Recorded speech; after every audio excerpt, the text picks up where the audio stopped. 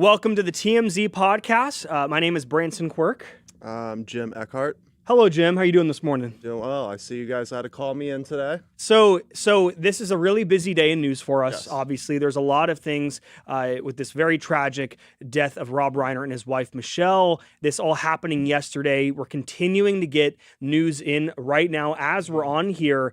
So there might be new updates as we're speaking. Yes. But we're going to give you guys everything that TMZ currently knows. If you're wondering, Charlie Cotton, he's out today. Yes. He was sick today, woke up with a little bit of a cold this morning, so prayers out for Charlie. And then Devin, which you guys know and love, he's on the news desk, so he's a super busy guy, and he's working on these current stories with this death. Yeah, our news desk is all hands on deck right now, obviously, with the story that broke yesterday. Man, horrible. Yeah. That's all I can say. This is a huge story, obviously, coming out of Los Angeles. Rob, very well known as a director, producer. He's done acting in his career. Very beloved man in Hollywood. Extremely sad news. Absolutely. I mean, I was just doing a deep dive on his career, and I had forgotten how many credits this guy really had. Director and producer, and some of your favorite movies you may know: Stand By Me, The Princess Bride, Love When that. Harry Met Sally, A Few Good Men. If one of your favorite movies in your pastime most likely had some impact by Rob Reiner. For sure. So again, going to give you exactly what we have from TMZ. So as we know, as we had reported yesterday, Rob Reiner and his wife Michelle were found dead inside their Brentwood home on Sunday afternoon. This was around 3:30 p.m. and TMZ did obtain 911 audio. And on this audio, you can hear a fireman calling for backup. Mm-hmm. We know that the daughter of Rob and Michelle entered the home and found them both and what appeared to be knife slits on their throat. Yeah, we have confirmed with sources that confirming that their throats had been slit. Yeah, and again, this is the middle of the day. We know that the daughter, she did tell authorities that someone in the family had done this, and said and told the authorities that the son, Nick, should absolutely be a suspect. Yes. And then quickly after, sources told us that Nick was being questioned. But as of this morning, we can officially say that Nick is now in official custody, according to the LA Sheriff's Department. Yes. We've been able to confirm that as well with our sources. And early reporting suggests that there may have been an argument inside the home shortly before the killings, but no confirmed motive has been announced whatsoever. So if you're seeing rumors out there about what went down, there is no information that is out just yet. I want to talk about Nick, and we were able to do a little bit of a deep dive into the relationship between him and his father, whether or not there was a rift there. We found some interviews in the past between him. Nick is 32 years old, and they have worked on projects before together. And one of these projects, they spoke about it in an interview together, but one interview that I found that I think is important to note, and the quote from this interview, when asked about his father, Rob, Nick said that they didn't really bond. Yeah, they didn't bond a lot. That there was obviously, they had disagreements, in their past growing up, in their father-son relationship, and that it was very well known that they did not have the best father-son relationship. And Nick was very open about the fact that he had been dealing with addiction for a long time. In this interview, saying that that addiction deeply affected the family dynamic. He said that, but there was a point in one of these interviews where he said that his father's love was always present, even through complications. So he was open about there not being a great bond between them, but at the same time, at the root of everything, there was love. Yes. So to see this all happen on Sunday, and the fact that the daughter immediately went to the fact that it was Nick being a suspect here is deeply troubling, because there had to be a lot of behind the scenes going on that we don't know about, and we'll probably find out. Exactly. We don't know about yet, but most likely we will find out more details regarding the relationship moving forward in the upcoming days. But as of now, it's an insanely sad story. Right. And this was in Brentwood. And we did see some celebrities that showed up to the home, Larry David being one of them, Billy Crystal and his wife. There's video of Billy Crystal walking outside in the neighborhood outside the home. Visibly emotional, of course. Do they live near? I think Larry David and Billy Crystal, they live in Brentwood. I'm pretty sure. I believe. It's a very celebrity populated area. So for this to happen in a neighborhood like that is horrifying. It's something that I'm sure a lot of the people that live in that area can't imagine happening, especially in Brentwood, which for those who don't live in LA, Brentwood is a very affluent area, you can say. A lot of celebrities, athletes live in that area.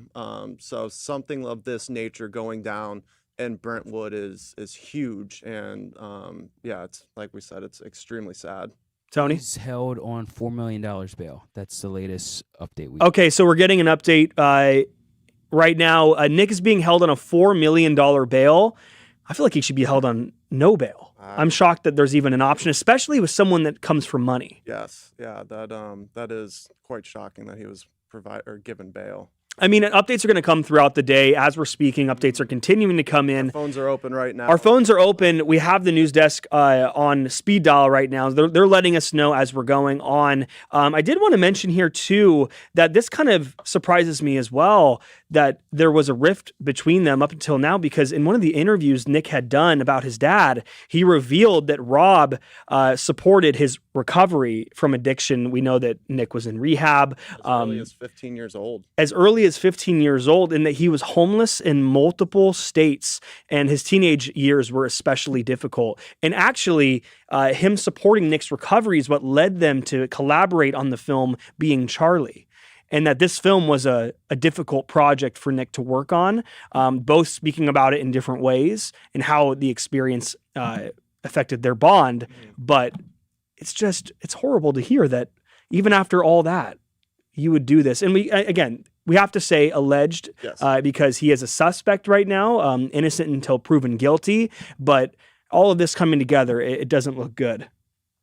I do want to talk about the legacy of Rob Reiner, because I'm going to be honest. I'm younger. I'm 27, almost 27. And a lot of these movies that you mentioned to me out there in the news desk, I haven't seen some of these films. And can you just give us a little bit of a tidbit about how big Rob Reiner was? Yeah, like I listed off in the beginning, if you don't know some of these movies, like Stand By Me, The Princess Bride, When Harry Met Sally, A Few Good Men, these are award-winning films. These are huge films that people were fans of all ages. Not only did he produce, he was also producer and director for multiple films. I think a lot of people our age may know him more so. He's done a lot of cameos, a lot of acting appearances. Something that I personally knew him right away from was he was the dad in New Girl. Right, that's right. Very popular show. So it's his people knowing of him kind of spreads all different ages, just depending on what movies you might have watched or what television you watched growing up as a kid. That people might be my age.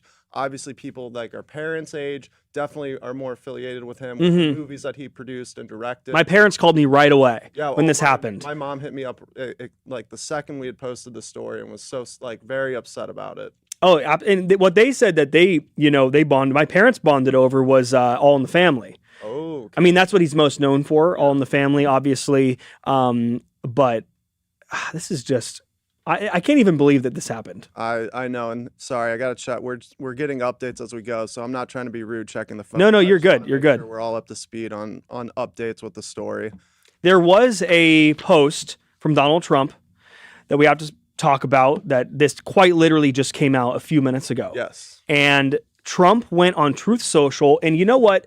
I'm just going to read it verbatim because I don't want to paraphrase this whatsoever. I want you guys to hear exactly what Donald Trump said that is causing a rift across the internet right now. So Donald Trump, after the passing finding out about the passing of Rob and Michelle, he goes on Truth Social and posts a very lengthy post saying, "A very sad thing happened last night in Hollywood. Rob Reiner, a tortured and struggling but once very talented movie director and comedy star, has passed away, together with his wife Michelle, reportedly due to the anger he caused others through his massive, unyielding, and incurable affliction with a mind-crippling disease known as Trump derangement syndrome," he writes in caps, sometimes referred to as TDS. He was known to have driven people crazy by his raging obsession of President Donald J. Trump and his obvious paranoia, reaching new heights as the Trump administration surpassed all goals and expectations of greatness, and with the golden age of America upon us, perhaps like never before, may Rob and Michelle rest in peace. Jim, what is your immediate reaction to this? This is just typical Trump. He can't, he somehow has to knock people down or get a Trumpism in terms of just saying something negative about someone. Anybody that had, if you didn't know, Rob was very vocal when it comes to politics. Us here at TMZ, Right. we have gotten several clips of him out in the field talking about politics. Obviously, he wasn't the biggest Trump fan. So that shouldn't matter, though, when someone passes. And even if you view somebody as a political enemy, to take a shot like that, especially with what is seemingly like a very tragic, horrifying death of him and his wife, to just still take a shot at him in that capacity just kind of sums up who Trump is. And we have seen other posts about the death from other celebrities and important figures like Barack Obama giving tributes to him, Stephen King, Ben Stiller, and more are just coming in every 5 minutes now. And they're respectful. Yes, very they are. respectful and tributes. People are remembering him. He's just beyond just an actor, beyond just somebody that was instrumental in Hollywood and movies and television. Rob was a very good guy, and a lot, you like you just said, a lot of these reactions, there have been a lot of interviews done this morning so far amongst the morning shows remembering Rob. I know Jerry O'Connell spoke out this morning about it because he worked with Rob, and for Trump to just take shots like that at a time like this, it not to be political, but it just really sums up who he is. I think it's actually, and people say, oh, that's not surprising, but to me, this is a little more surprising for Donald Trump. And I know the guy has said a lot of crazy things, and he's no filter. Yes. But something like this, when someone passes away so tragically, to then go online and say that, I was a little surprised by it. I was a little surprised even by Trump doing this, because Trump has said crazy things in the past.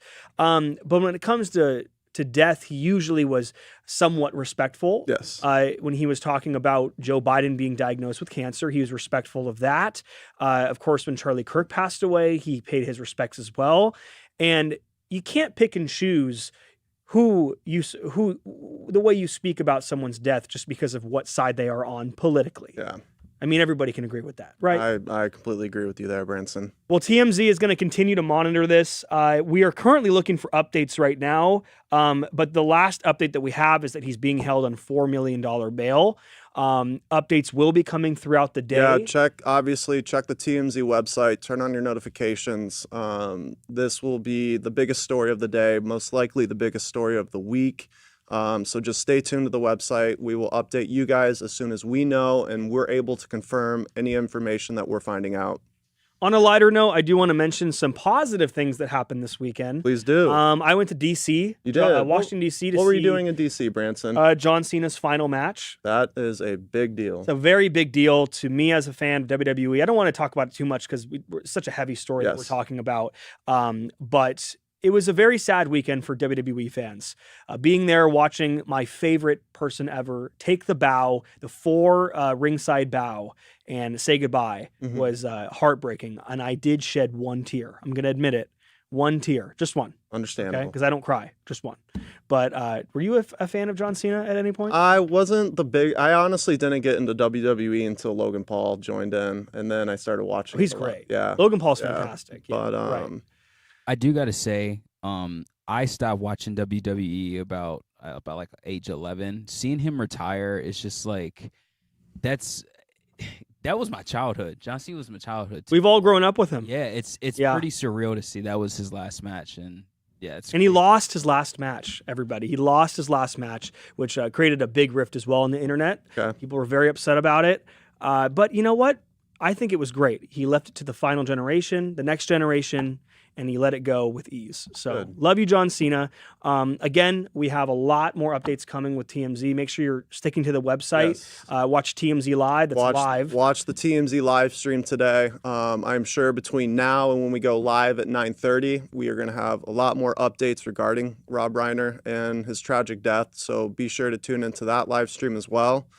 But yeah, stay tuned to the website. And Charlie should be back tomorrow. So, oh, we have comments. We have Oh, comments? yeah. Let's read All out the right. comments, of course. Okay, so on the Rob Reiner story, Paula says, just when you think the news can't be any more shocking, this happens. I know. yeah, Just seems like every week, every month, or something huge. yeah. I always get worried about the start of the year as well. So 2026, I'm hoping that we just have a good start to the year. That's we're not ending the year on a high note right now with Not the at all. story, but yeah, hopefully the turn of the new year we get better news and have better news. L. Grant said, Rob Reiner would not be shocked to read the horrible comments MAGA are posting about his and his wife's death. The world is a very dark place and getting darker. Yeah. Yeah, I try to stay positive on that note, but you understand where people stand and how they feel and what they think when their words come out in times like this, where we should be showing respect and honoring somebody of this nature, and you still take shots, and it's unbelievable and it's unacceptable. I know. Dolphin says they shouldn't offer any bail amount for him. Yeah, agreeing with us. $4 million for, someone that doesn't come from money. That's more understandable. But for someone that comes from money, especially when bail, I think bail for $4 million bail, don't you only have to pay like 10%? You have to be, you basically have to pay a small percentage of what the total bail is set at. That's yeah. wild. I know. So he only has to pay $400,000 to get out. I believe so. And if he you're- comes from money, that may not be a problem for him. Well, we'll see. That's wild to me.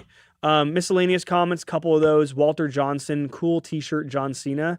This is the final t-shirt John Cena sold. I bought as many as I possibly could because they're actually they're $35. They're going for over $100 right now already because they're sold out. T85204, what a username. Gunther is like 40, dude ain't young. No, you're right. And that's why people are upset, because John Cena didn't just leave it to a young guy. He left it to someone who is a little bit older. But then again, Gunther is a very new talent still. So it's still the next generation. You got to respect John Cena. This is what he wanted, and this is how he wanted it to end. So, all right, Jim, we're going to go back out there to the news desk. Yeah, we've got a lot of work to do. A lot of work to do, a lot more updates coming in. Again, please stay with TMZ.com. Yes. Watch TMZ Live, which goes live in an hour and a half from now. 9:30. 9:30 Pacific time. And, of course, TMZ on TV tonight as well. So thank you, everybody. Talk to you soon.